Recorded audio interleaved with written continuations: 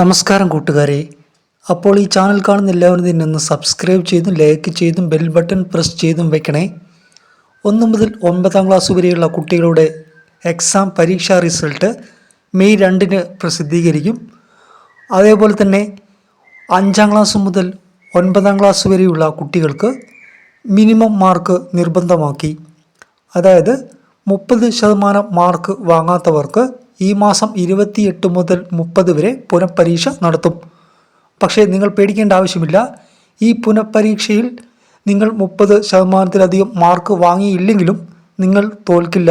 കാരണം 1 മുതൽ 9 ക്ലാസ് വരെയുള്ള എല്ലാ കുട്ടികളെയും ജയിപ്പിക്കാനാണ് ഇപ്പോൾ ഉത്തരവ് വന്നിരിക്കുന്നത്. അതുകൊണ്ട് തന്നെ 1 മുതൽ 9 ക്ലാസ് വരെയുള്ള കുട്ടികൾ ആരും തന്നെ തോൽക്കില്ല. എങ്കിലും മിനിമം മാർക്കിന് വേണ്ടി 30% മാർക്ക് വാങ്ങാത്തവർക്ക് 28 മുതൽ 30 വരെ പുനഃപരീക്ഷ ഉണ്ടായിരിക്കുന്നതാണ്. തുടർന്ന് മെയ് 2 റിസൾട്ട് പ്രസിദ്ധീകരിക്കും.